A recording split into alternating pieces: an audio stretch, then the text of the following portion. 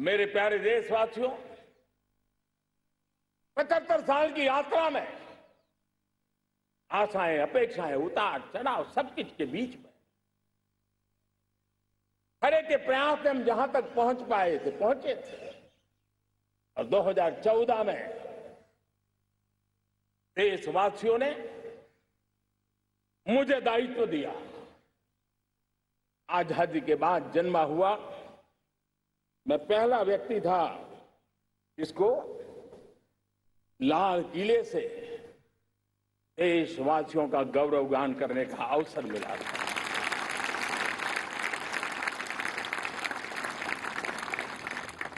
लेकिन मेरे दिल में जो भी आप लोगों से सीखा हूं, जितना आप लोगों को जान पाया हूं मेरे देशवासियों, आपके सुख दुख को समझ पाया हूं,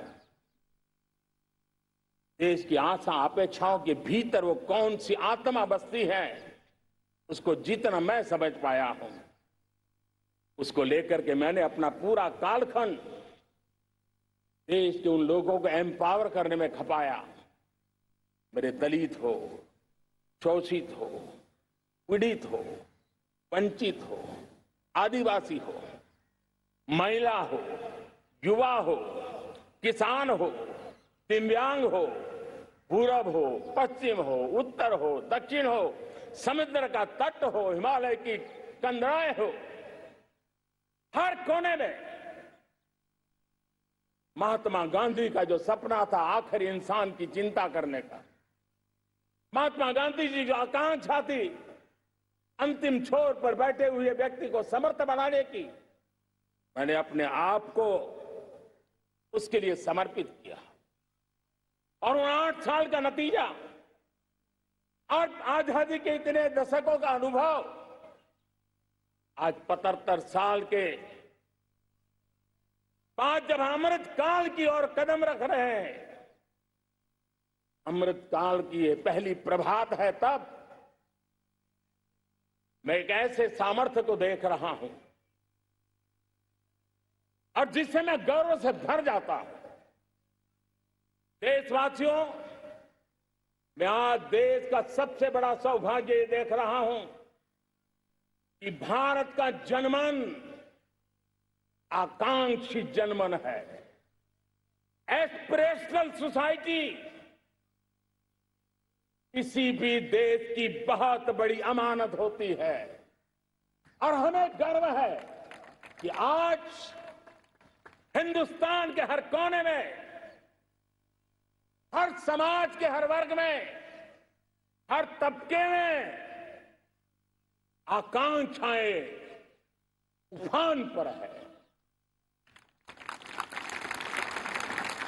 देश का हर नागरिक चीजें बदलना चाहता है, बदलते देखना चाहता है, लेकिन इंतजार करने को तैयार नहीं है, अपनी आंखों के सामने देखना चाहता है, कर्तव्य से जुड़ करके करना चाहता है, वो गति चाहता है, वो प्रगति चाहता है।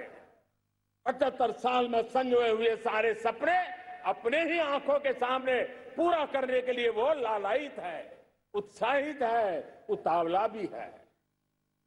कुछ लोगों को इसके कारण संकट हो सकता है, क्योंकि जब एस्पिरेशनल सोसाइटी होती है तब सरकारों को भी तलवार की धार पे चलना पड़ता है, सरकारों को भी समय के साथ दौड़ना पड़ता है। और मुझे विश्वास है, चाहे केंद्र सरकार हो, राज्य सरकार हो, स्थानीय स्वराज की संस्थाएं हो, किसी भी प्रकार की शासन व्यवस्था क्यों न हो, हर किसी को इन एस्पिरेशनल सोसाइटी को एड्रेस करना पड़ेगा। उनकी आकांक्षाओं के लिए हम ज्यादा इंतजार नहीं कर सकते। हमारे इस एस्पिरेशनल सोसाइटी ने लंबे अरसे तक इंतजार किया है, लेकिन अब वो अपनी आने वाली पीढ़ी को इंतजार में जीने के लिए मजबूर करने को तैयार नहीं है। और इसलिए ये अमृत काल का पहली प्रभात हमें उस एस्पिरेशनल सोसाइटी की आकांक्षाओं को पूरा करने के लिए एक बहुत बड़ा सुनहरा अवसर लेकर के आई है।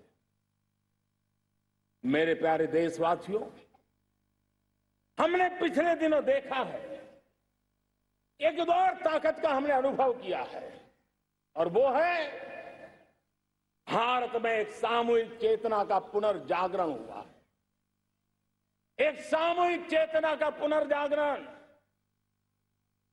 आजादी के इतने संघर्ष में से जो अमृत था, वो अब संजोया जा रहा है, संकलित हो रहा है, संकल्प में परिवर्तित हो रहा है, पुरुषार्थ की पराकाष्ठा जुड़ रही है और सिद्धि का मार्ग नजर आ रहा है।